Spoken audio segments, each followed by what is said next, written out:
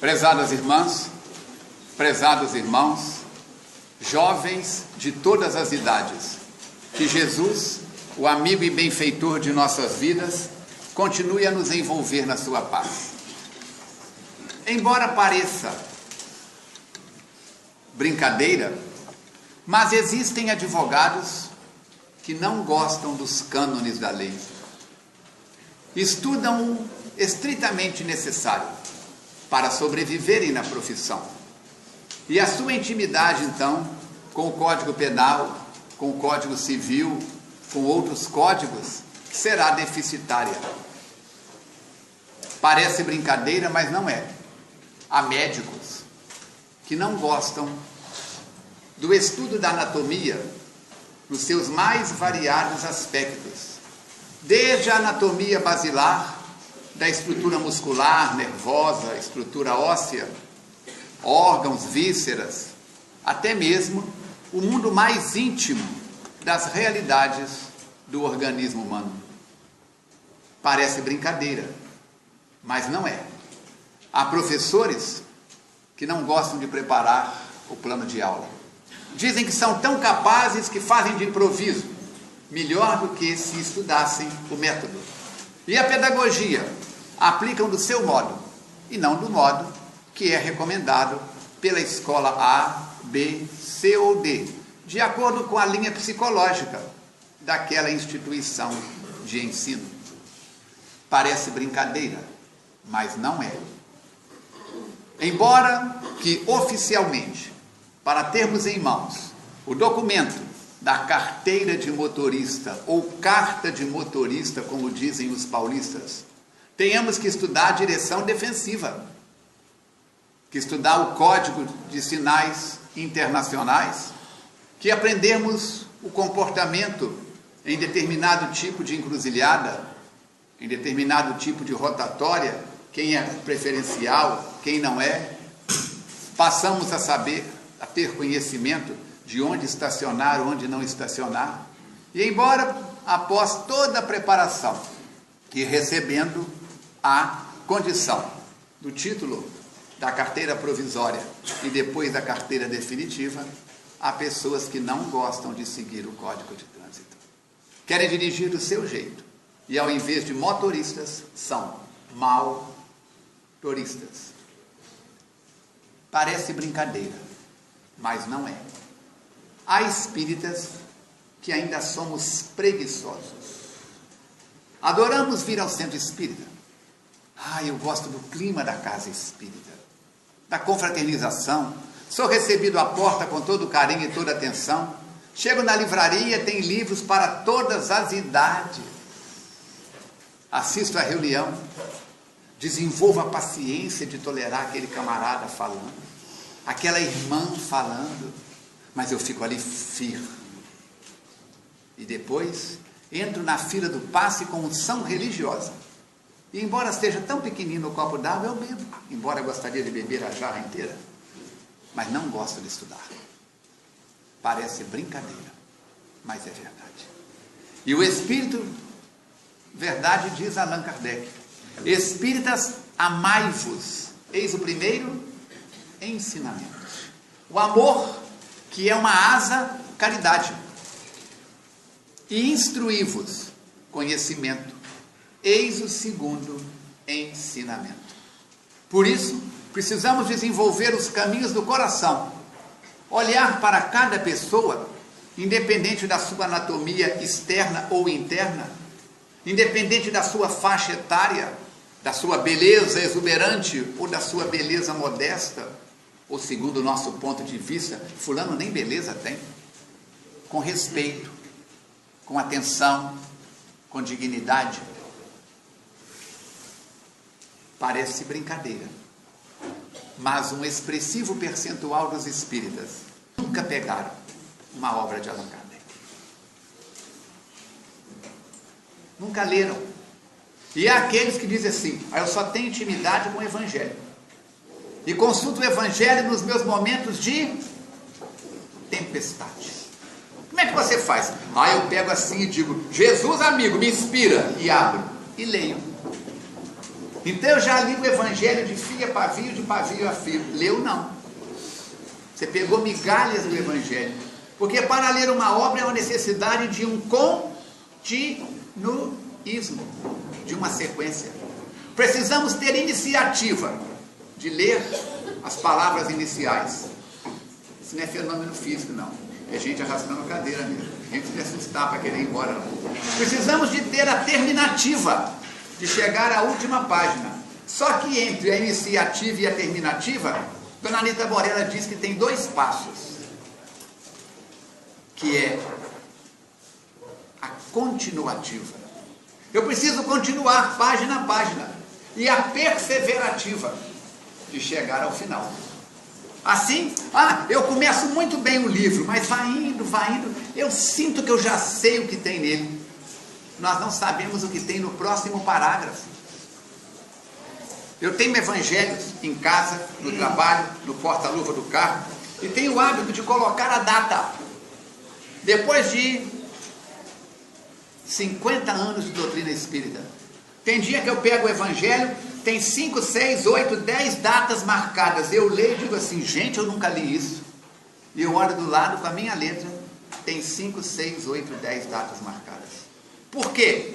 O evangelho é o mesmo, mas eu não sou o mesmo, você não é o mesmo. Ler uma página, como a que nós vamos comentar hoje, o mal e o remédio. No momento de calmaria, ela vai ter uma interpretação. Ela não é doutora psicóloga. Mas ler essa mesma página, quando visitados pela irmã dor, pela irmã falência, falência física, emocional, financeira, conjugal, pessoal, social, sexual, comportamental, espiritual, muda tudo. Muda tudo.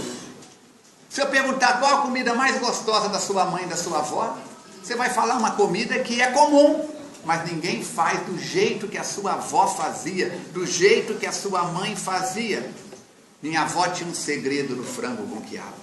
Ninguém fazia o frango com quiabo como vó Chica. E ela não deixava ninguém ficar na cozinha. Até que um dia eu, moleque muito espiritado, descobri. Quando ela fazia o frango com quiabo, ela enfiava um negócio lá dentro. E depois ela tirava. Eu peguei um livro, fiz que estava lendo o livro, era um olho no livro e o outro olho no... Um olho no padre e outro na missa, como diz o católico. E vigiei. E quando ela jogou no lixo, ela saiu, eu fui lá e peguei o que era. O gosto do frango com quiabo de vó Chica era porque ela colocava um pedaço de pau de canela para cozinhar junto com o frango. Tinha um cheiro, um gosto. E ela não deixava o tempo todo, era só até a metade do cozimento. Ela tirava e jogava fora. Eu contei até o tempo. É isso. E assim cada cozinheira tem os seus segredinhos. O evangelho é sempre o mesmo. O livro dos Espíritos é sempre o mesmo. Mas você está em constante mudança. Eu estou em constante mudança. Nós estamos naquilo que Buda chamava da impermanência. Nada é, tudo está. Eu não sou brasileiro. Eu estou brasileiro nesta encarnação. Eu não sou da raça A, B ou C. Eu estou geneticamente dado aos genes do meu pai, da minha mãe, dos meus avoengos, nessa raça. Eu não sou homem. Por favor, todo mundo controle-se. Eu estou homem. Quer dizer, eu estou numa anatomia masculina, mas posso estar na anatomia masculina com uma psicologia feminina. E administrar isso tudo, assim, manter a postura A, B ou C no campo do mundo da sexualidade. É um desafio para você, para mim, para todos nós. Allan Kardec coloca no Evangelho segundo o Espiritismo 28 capítulos. E um dos capítulos que eu mais gosto é justamente o maior capítulo do Evangelho. O capítulo número 5. E neste capítulo eu vou só beliscar para vocês terem uma ideia. Olha os temas que ele trata. Justiça das aflições. O título do capítulo é Bem-aventurados aflitos. Justiça das aflições. Causas atuais das aflições.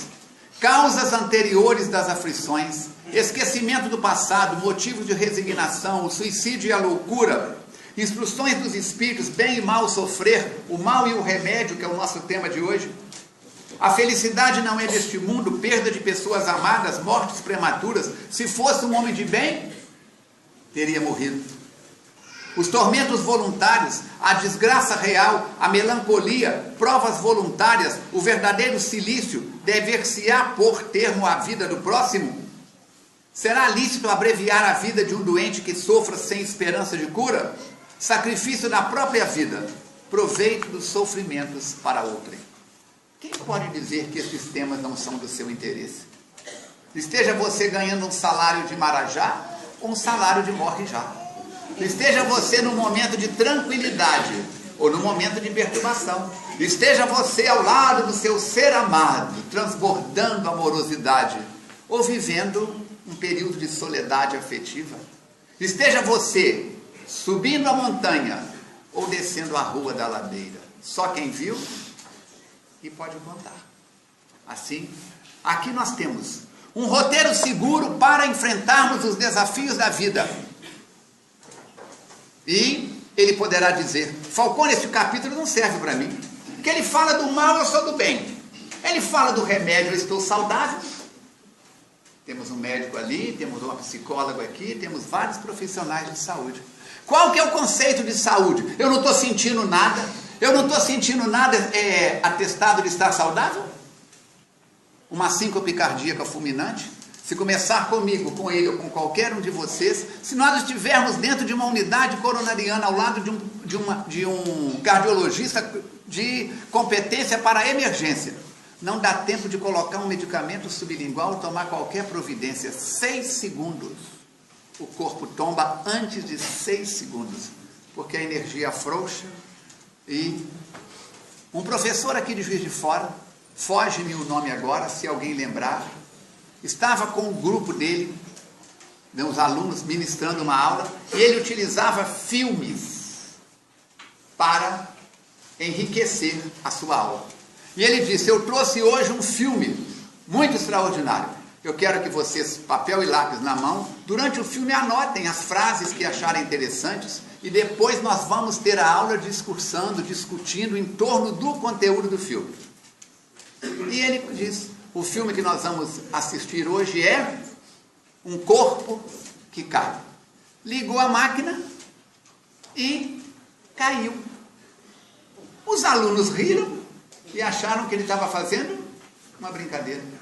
Só que ele caiu e não levantou. E os que estavam na frente, nas primeiras cadeiras, se assustaram. Alguém lembra de quem é esse professor? Foge-me o nome agora. Lembra, Fernando? E ele havia tido uma síncope cardíaca. Quando puseram a mão, ele tinha desencarnado.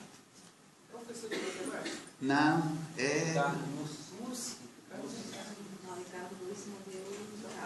Não, é um professor, se não me engano, da área de filosofia. Assim, queridos, nós não sabemos quando que seremos visitados pela bala perdida, pelo aneurisma, por uma síncope cardíaca, ou outras dessas situações em que o corpo entra em colapso imediatamente. Mas vamos lá. O que é que nos diz então? O espírito que traz esta mensagem é Santo Agostinho. Santo Agostinho é chamado um dos pais da igreja de Roma. Ele, em Paris, em 1863, dita essa mensagem pela psicografia, e Allan Kardec a coloca neste capítulo. Diz ele: será a terra um lugar de gozo ou um paraíso de delícias? Já não ressoa aos vossos ouvidos a voz do profeta? Não proclamou ele que haveria prantos e ranger de dentes para os que nascessem nesse vale de dores? Opa, peraí. Santo Agostinho está falando que a terra é um vale de sofrimento, que há choro e ranger de dentes. Palavras do Evangelho. E há choro e ranger de dentes para quem? Para aqueles que já fizeram outras pessoas chorarem e rangerem os dentes. Livre a semeadura, obrigatória é a colheita. Lei de ação e reação. Nós estamos aqui, muitas pessoas acham que a Terra é um planeta colônia de férias. Não, ainda não é. Será quando tivermos padrão comunitário evolutivo para isso.